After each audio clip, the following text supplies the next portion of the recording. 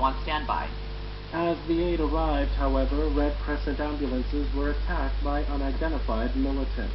In spite of the gunfire, aid agencies continued with their help. Barazi and Red Crescent officials said they were working to extend the operation. Several shelters have been set up in some areas and homes to receive the people who are going to leave. People that are coming out are free to move if they want to go to any area they wish. Food assistance has been prepared, and offices of the United Nations will distribute an amount of money to the families that are coming out. On February 10th, the United Nations said that the truce had been extended by 3 days, and on the 14th, it was extended yet again. Aid workers said that many people were frail and had difficulty walking.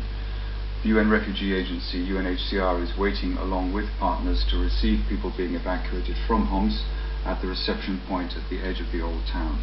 A center in the suburb of Al-Waya was designated by Syrian authorities as a destination place for evacuees to shelter should they choose to do so.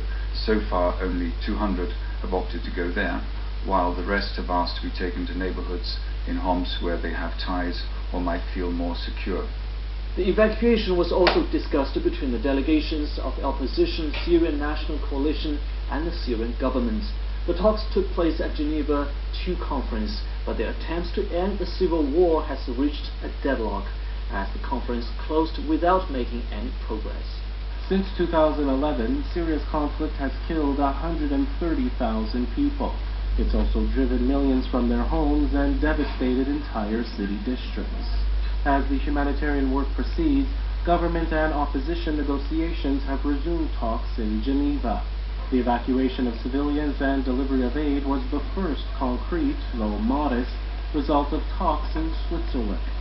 The goal of the Geneva II Peace Conference is to achieve a political solution to the conflict through a comprehensive agreement. The aim is to get the government and the opposition to fully implement the Geneva Communiqué, which was adopted after the Geneva I conference in 2012. The communiqué has been endorsed by the UN Security Council. It lays out key steps to end the violence through the formation of a transitional government. The opposition wants the government to commit to the communiqué, while President Bashar al-Assad's government has ruled out any transfer of power. The first round of talks ended last month without a firm agreement. Instead, both sides traded insults. The second round opened last Monday with preliminary discussions aimed at thrashing out an agenda. At the Geneva Peace Talks, mediator Lakhdar Brahimi has been pushing for an agreement on aid deliveries and prisoner releases. He's hoping progress on those issues could build momentum to address the far more contentious question of political transition. Some analysts say an agreement like this can only solve the conflicts temporarily, not permanently. Last week, UN humanitarian chief Valerie Amos also expressed frustration at the slow process of getting 1,400 people out. She pointed out that 250,000 are under siege across the country.